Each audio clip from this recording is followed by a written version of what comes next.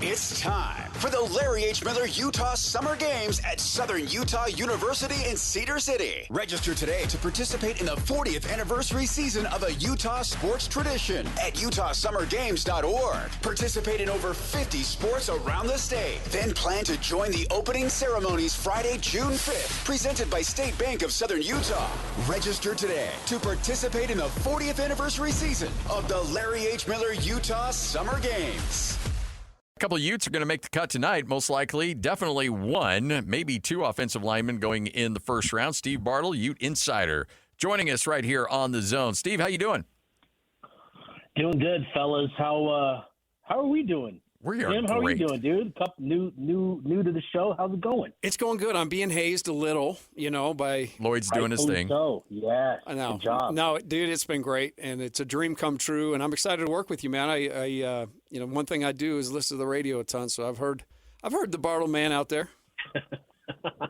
Appreciate it, man. I'm excited to for you guys to get this show going, and yeah, just looking forward to interacting a lot more over the next little while. All right, so we know that Fano is safely in the first. Does he go top 10, and does Lomu get into the first? Yeah, I think that's going to be really interesting, Scotty. With these two guys that represent, everything right about Utah football. They've been developed over the last couple of years, and this is a big moment for them. And so for Spencer, right, you're looking at a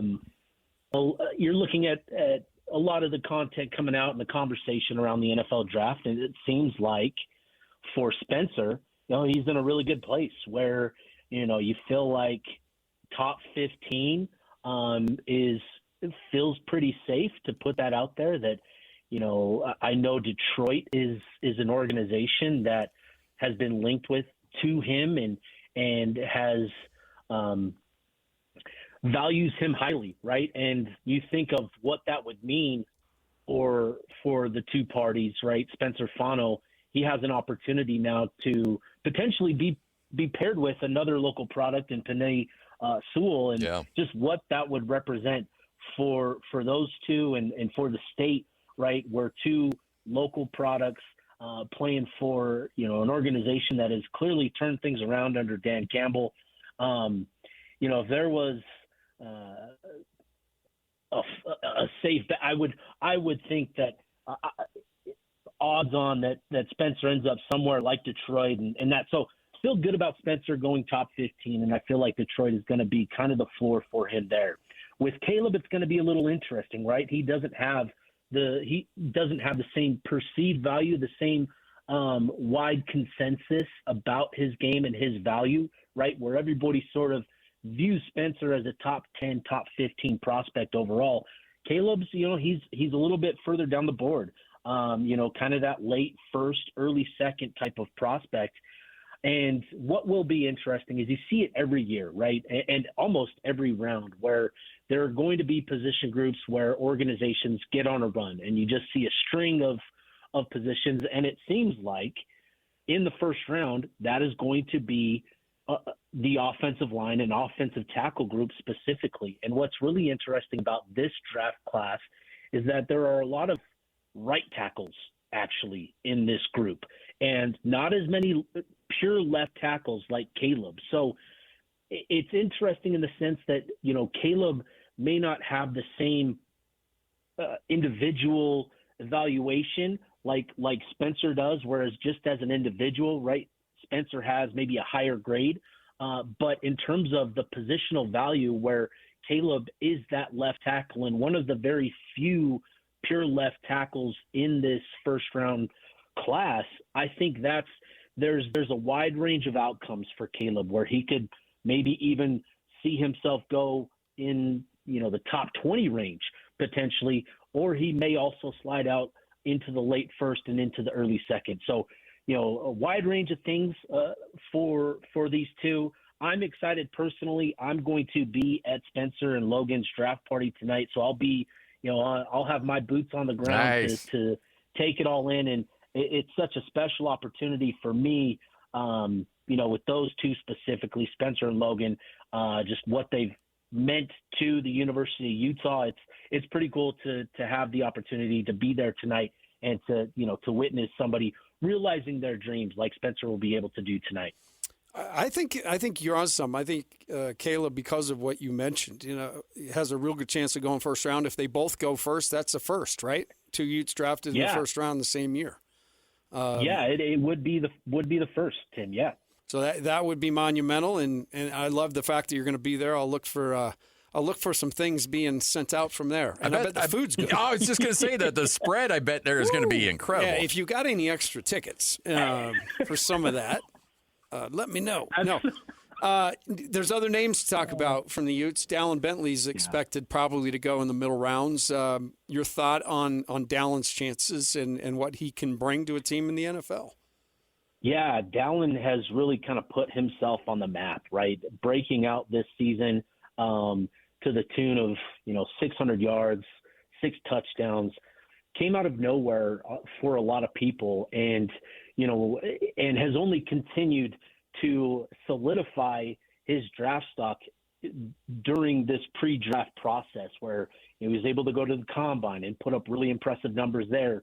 Went to Pro Day, where Utah was hosted all 32 NFL organizations there, and continued to validate the testing numbers at the combine. Then was able to run routes and stuff. So I feel really confident that Bentley has put himself in a position where he could hear his name called as early as the 3rd round. And considering where he was before the season, where he wasn't even considered a prospect on many radars, to accomplish that over the last 6 months is a credit to him and what he was able to achieve, and sort of the work that he put in over the last few years, not just at Utah, but he was, as a junior in high school, if I remember this correctly, he was a 5'9" wide receiver at Taylorsville High School. And so to get that late growth spurt, just, man, lucky dog, that type of thing, to get that growth spurt going into his senior year, where he then developed into a tight end at Snow College, and then, had to kind of wait his turn at Utah with the tight ends that they had in place. This is a big payoff and the type of story that you love to see, of somebody staying committed to something and just working their way up the ladder, which is what Dallin has done. And, he's embraced that sort of mindset. And I think that's going to carry him, at the professional level for quite a long time. You think throughout the course of the draft, Lander gets his name called? Kind of broke up there. Did you ask about Lander? Yeah. Do you think he gets his name called on throughout this process? Yeah, with Lander, it's going to be interesting because the injuries that he's had to battle through. I think will has certainly played a role in how productive he was, and maybe has zapped a little bit of his athleticism. I still think there's a really good chance that Lander ends up in that day 3, round 5, 6, 7. Somebody takes a flyer on him because they know, he is the younger brother of Cody Barton. They know that he's a football player through and through, that understands the game at a deeper level than most prospects coming out at this stage, just given, again, kind of with the relationship, the brother relationship that he has with Cody, that type of relationship that they have, where they can, spend a lot of time together talking about the game. I feel like there's a decent chance that Lander gets his name called over the next 3 days, and just a big accomplishment for him, because that injury that he suffered 2 years ago now in 2023 was pretty brutal. So to come back from that and to put himself in a situation where he can still hear his name called is a big time deal for him. Steve, saw a signing or a commitment yesterday from a defensive lineman, Tiki. Great name, by the way, Tiki Teeples. Yes, I love that name. I shouldn't change my name to Tiki. Tiki Lacombe. Tiki Teeples. Tell us about Tiki. Looks like he had some good offers and looks to be a promising prospect. Yeah. Utah football picked up a commitment yesterday from Tiki Teeples, and you've got to be a good football player. With the name like that, you've got to be pretty good. And so this is a kid that, 6'4", 255, 260 pounds, a defensive lineman, picked up offers from, programs like Texas Tech, Kansas State, Iowa State, a number of Big 12 programs. And Utah offered him about a month ago and has been able to really put themselves in a great situation, in a great place in his recruitment, where they're now able to land, his pledge yesterday. I think that says a lot of how much they invested in him over the last few weeks. And it still kind of speaks to the point of emphasis that Utah has as a program where, Utah built themselves up, all those years ago under Kyle Whittingham when he took over, as a program that identifies early, finds kids that have these developmental qualities, and Tiki Teeples, fits that mold. And so he's a guy that can come in that defensive line room and potentially play a couple different positions along the defensive front. And more importantly, he'll have time to develop given the depth that Utah has there now. And I think that's super valuable. So a big pickup, kind of an under the radar one, but one that, with Teeples himself, a promising prospect that, again, just kind of fits the program and what they've been about over the last 2 decades. I was up at the spring game for Utah State, and I was chatting with Bronco a little bit afterwards, and he mentioned that they have a real strong belief that the 5-5 is going to come down to the point where it can affect next season and rosters for next year. Is Utah, and accordingly, they're holding a couple spots open because they would have some guys that they could bring back in that would be eligible. Is Utah anticipating that, or are they kind of leaving themselves a little flexibility in case that comes down? Yeah, it'll be interesting to see what happens with that 5-for-5 because, it could impact the guys currently in the program. It could impact, guys being grandfathered in and where you potentially bring somebody back that you weren't anticipating. I don't have a great sense of, what's on the table for Utah with that. I've been, knee deep in basketball stuff. Oh, yeah. But, I think it's going to be a really fascinating thing because it impacts so much, not even for, beyond next season, but, next season and beyond is the potential impact of this whole decision. And really fascinated to see what it means for football programs specifically. Right now, a lot of the conversation centers around the basketball side of it and guys in the transfer portal that are kind of waiting on this ruling to come down because, a lot of those guys are big men that are 5th and 6th year seniors who, don't necessarily have an NBA a chance at the NBA, but given kind of the market in college basketball, a lot of these big men are hoping to stick around for another year or so to cash in.